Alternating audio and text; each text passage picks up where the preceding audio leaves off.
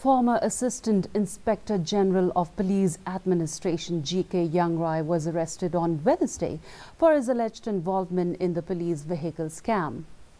Yangrai was arrested from his residence following a raid by the state police. A case under Prevention of Corruption Act was registered against Yangrai by the Crime Investigation Department on October 28th. This followed the constitution of a special investigating team headed by DIG Eastern Range Davis Marak.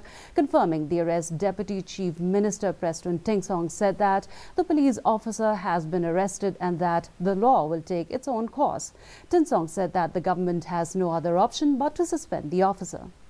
Accordingly, law prevails, and then let the law take its own course. Well, the next move is, the office procedures is there.